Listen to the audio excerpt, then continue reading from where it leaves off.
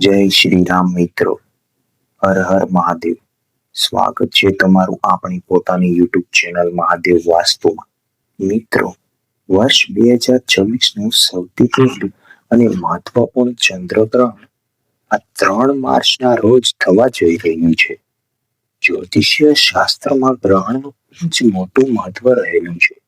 આ ગ્રહણ એટલા માટે પણ ખાસ છે કારણ કે આ સમયગાળામાં આપણા દેશમાં રંગોનો પવિત્ર અને સૌથી મોટો તહેવાર હોળી પણ ઉજવવામાં આવનાર છે.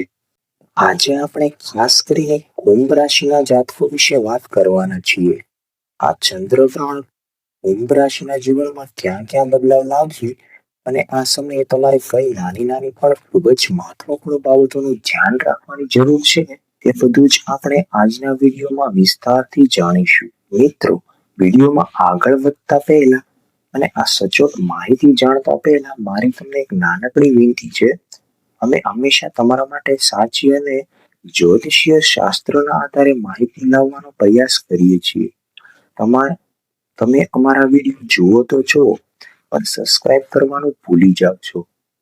તો આજે જ્ઞાનની એક નાનકડી દક્ષિણાના રૂપમાં નીચે આપેલું જે લાલ રંગનું સબસ્ક્રાઇબનું બટન છે ને, તે અત્યારે જ દબાવી દો, જેથી આવનારા તમામ વિડીયો તમને સૌથી પહેલા મળતા રહે. ચાલો હવે સમજીએ આ ચંદ્રગ્રહણની સ્થિતિ વિશે. આ ચંદ્રગ્રહણ પૂર્વા ફાલ્ગુની નક્ષત્રમાં થઈ જઈ રહ્યું છે. તમારી કુંડળી એટલે કે કુંભ રાશિની કુંડળીમાં 7મા ભાવમાં આ ગ્રહોનો પ્રભાવ સૌથી વધુ જોવા મળશે. આ સમયે આકાશમાં ગ્રહોની સ્થિતિ ખૂબ જ ખાસ છે. તમારા લગ્ન ભાવમાં એટલે કે પ્રથમ ભાવમાં સૂર્ય, મંગળ, શુક્ર અને બુધ ગ્રહો પ્રભાવ કરે છે અને બીજી તરફ ચંદ્ર અને કેતુ એક સાથે હોવાથી આ ગ્રહણનું નિર્માણ થઈ રહ્યું છે. કુંભ રાશિના મિત્રો, તમે જાણો છો કે તમારા પર 2019 થી શનિની સાડા સાતીનો પ્રભાવ ચાલી રહ્યો છે. આ શનિદેવનો અંતિમ તબક્કો છે.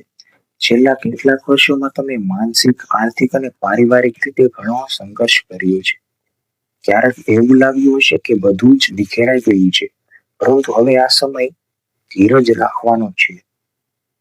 ચંદ્રને આપણા જ્યોતિષીય શાસ્ત્રમાં મનનો કારક કહ્યો છે. જ્યારે ચંદ્ર પર સૂર્યની દ્રષ્ટિ પડે છે અને કેતુનો પ્રભાવ હોય છે, ત્યારે મન થોડું વિચલિત થઈ શકે છે. તો આ સમયે તમારે શું સાવધાની રાખવાની છે? સમય નોંધી લેજો. 3 માર્ચના રોજ બપોરે 3:20 થી સાંજે 6:45 સુધી આ ગ્રહનો મુખ્ય સમયગાળો રહેશે, પરંતુ તેનો સૂતક 9 કલાક પહેલા જ શરૂ થઈ જશે. ગર્ભવતી મહિલાઓ માટે ખાસ, હું મારી એ તમામ બહેનોને બે હાથ જોડીને વિનંતી કરીશ જેઓ ગર્ભવતી છે.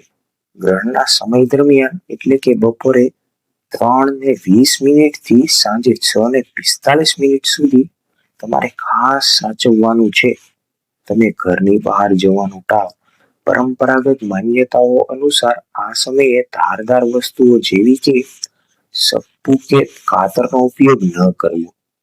તમે ઘરમાં જ આરામથી બેસીને ભગવાનના નામનું સ્મરણ કરો, વિષ્ણુ સહસ્ત્ર નામનો પાઠ કરો અથવા મોબાઈલમાં શાંત ભજન સાંભળો.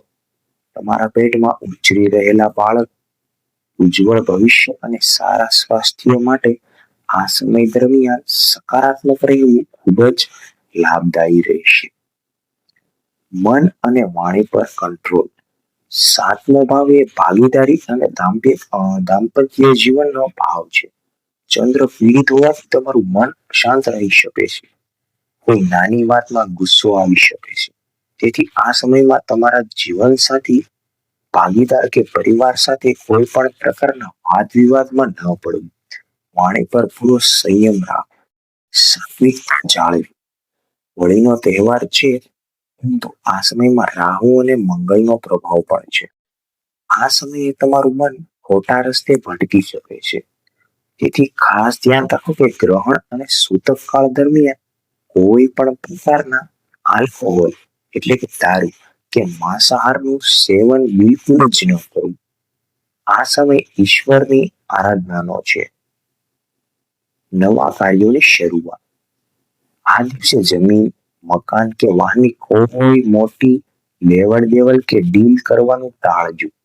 બિનજરૂરી મુસાફરી કરવાથી પણ બચવું. હોળીની ઉજવણી અને ઉપાય. હવે વાત કરીએ આપણા રંગોના તહેવાર હોળીની. મિત્ર, 3 માર્ચના રોજ વહેલી સવારથી જ સૂતકકાળ લાગુ થઈ જશે. તેથી આપણે રંગોની હોળી 3 માર્ચની જગ્યાએ 4 માર્ચના રોજ મનાવીશું, જે શાસ્ત્રો મુજબ ખૂબ જ શુભ રહેશે. તો આ ગ્રહણના પ્રભાવને ઓછો કરવા માટે કયા ઉપાયો કરવા જોઈએ? સૌથી સચોટ ઉપાય: 3 માર્ચની સવારે વહેલા ઉઠીને સ્નાન કરી સૂર્યદેવને જળ અર્પણ.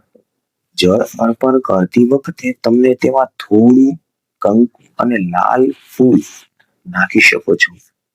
ત્યારબાદ આદિત્ય હૃદય સ્ત્રોતનો પાઠ કરો. અને જ્યારે બપોરે 3:20 ગ્રહણ શરૂ થાય ત્યારે તમે ઘરે બેઠા બેઠા તમારા ઈષ્ટદેવના મંત્રનો જાપ કરો.